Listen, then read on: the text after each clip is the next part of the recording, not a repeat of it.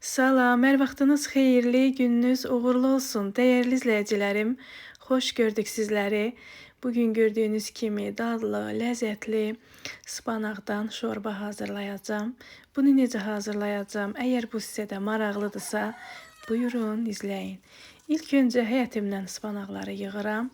Spanağın nə qədər faydalı olduğunu hər kəs bilir, çox faydalıdır. Ərzaqlarımız nədən ibarətdir görürsüz? İlk öncə bir baş soğanı xırda-xırda doğrayıram.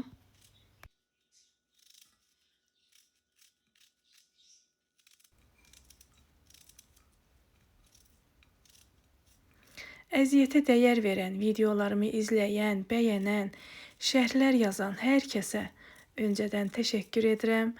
Allah razı olsun deyirəm.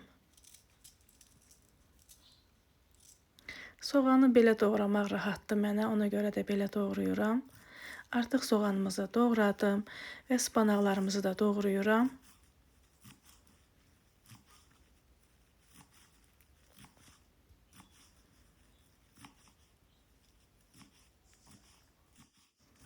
Əgər bu şorbanı hazırlamamsınızsa, mütləq hazırlayın. Çünki çox dadlı, ləzzətli bir şorbadır. Hətta soyuq dəymənin dərmanıdır deyərdim. Bir ədəd yer kökünün də qabığını soyuram.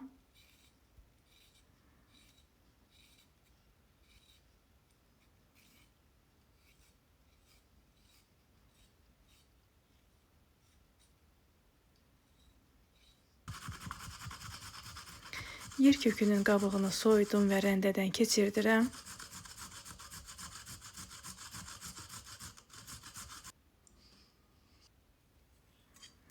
Keçirik soğanımızı qovurmağa. İlk öncə soğanımızı qovururam.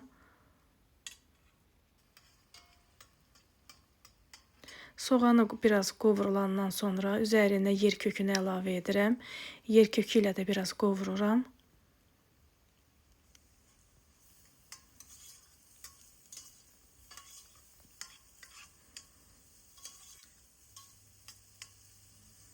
Yer kökü ilə də biraz qovurandan sonra əti əlavə edirəm. Əti də bişirmişəm və xırda kubik şəklində doğramışam. Siz buna toyuq əti də əlavə edə bilərsiniz. Mən dana əti əlavə etdim.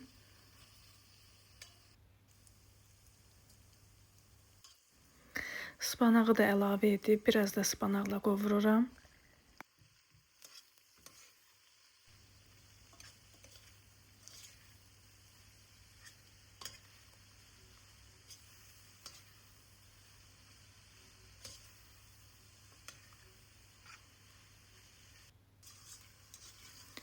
Spanaqla da biraz qovruldu.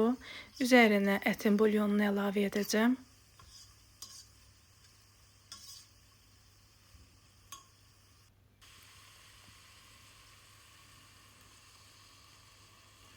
Ətin bulyonunu da əlavə etdim.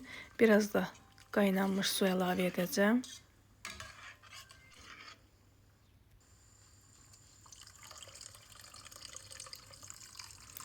Qaynanmış suyu da əlavə etdim. Kənarda yumru düyü bişirmişdim. Yarım stəkan. Bişmiş düyünü də əlavə etdim.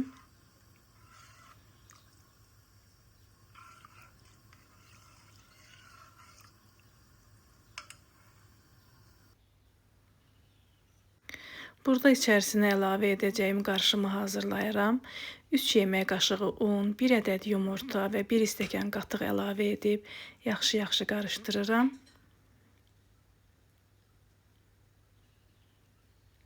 Ərzaqlarımızı ailə sayına görə artıra bilərsiniz.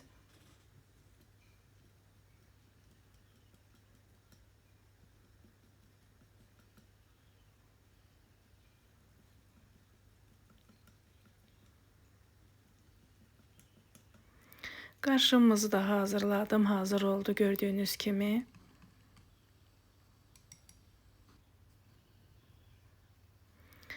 Yeməyimizə duz, istiot əlavə edirəm.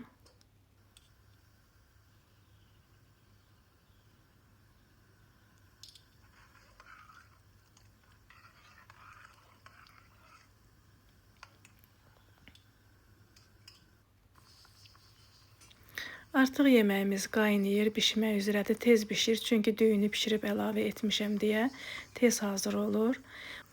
Qarışımı əlavə edəcəm. Qarışımı əlavə etməmişdən öncə 2-3 qaşıq qaynar şorbadan əlavə edib yaxşı-yaxşı qarışdırıram ki, yeməyə əlavə edəndə yemək çürüməsin və yaxud düyünlər qalmasın.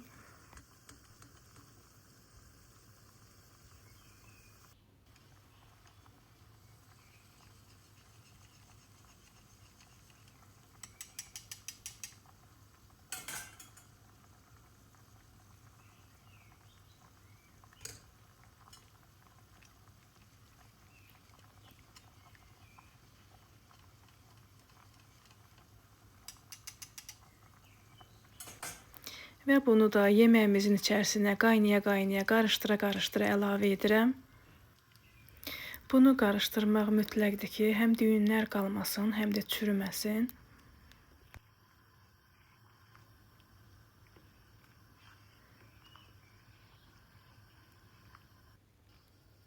Və bunu 15-20 dəqiqədə belə bişirib götürürəm.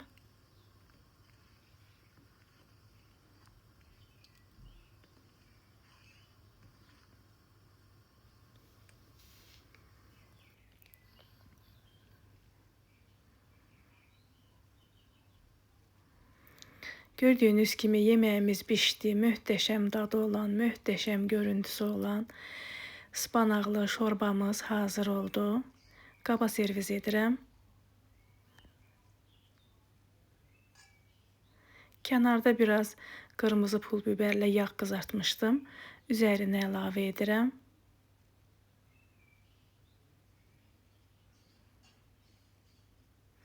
İnanın ki, çox dadlı, ləzzətli bir şorbadır.